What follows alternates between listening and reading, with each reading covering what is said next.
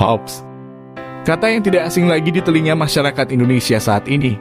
Kata ini menjadi salah satu momok paling berpengaruh di dalam perpecahan dan adu domba.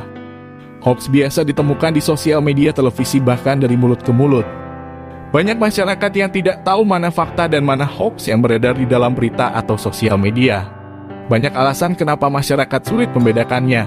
Salah satunya dan yang paling berpengaruh adalah literasi minat baca yang rendah di dalam masyarakat Indonesia.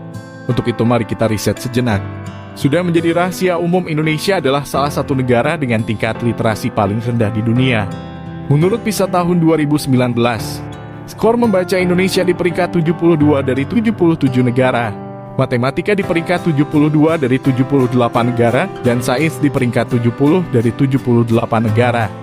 Skor PIRLS Indonesia berada di peringkat 41 dari 42 negara peserta dengan skor 405.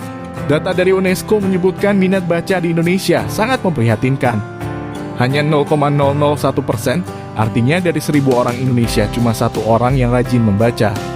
Padahal aspek yang harus dipenuhi untuk menunjang SDM yang berkualitas, yaitu literasi dasar, karakter, dan kompetensi. Hal ini berbanding terbalik dengan penggunaan internet. Ranking Indonesia berada di urutan nomor 4 di dunia dan nomor 3 di Asia.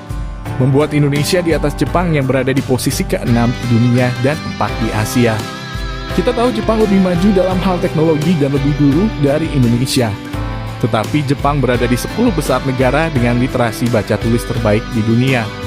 Ini bisa menjadi dampak serius di Indonesia.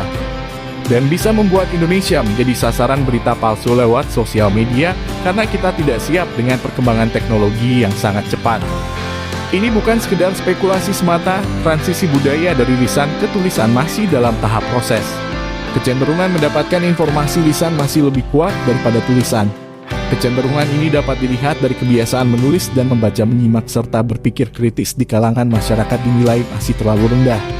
Fakta yang lebih parah lagi, kita terjebak di era post-truth, di mana fakta-fakta objektif kurang berpengaruh dalam pembentukan opini publik dibandingkan emosi dan keyakinan pribadi. Orang tidak lagi mencari kebenaran dan fakta, melainkan afirmasi dan konfirmasi, dan dukungan atas keyakinan yang dimiliki.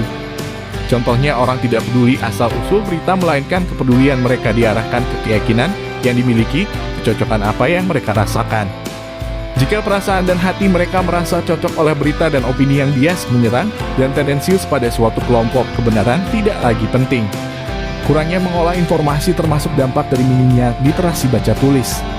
Contoh lainnya, kita bisa lihat bagaimana masyarakat begitu mudahnya menelan dan digiring oleh opini pada suatu berita tanpa mencari tahu sumber berita tersebut. Kurangnya literasi juga membuat mulut bekerja lebih cepat daripada otak. Untuk itu saya ingin menyampaikan buat sobat riset dimanapun agar mulai meningkatkan literasi, skeptis, berpikir kritis, dan kreatif. Agar kita tidak mudah terserang berita palsu. Saya lagi riset mengucapkan terima kasih. Jangan lupa share video ini, semoga bermanfaat.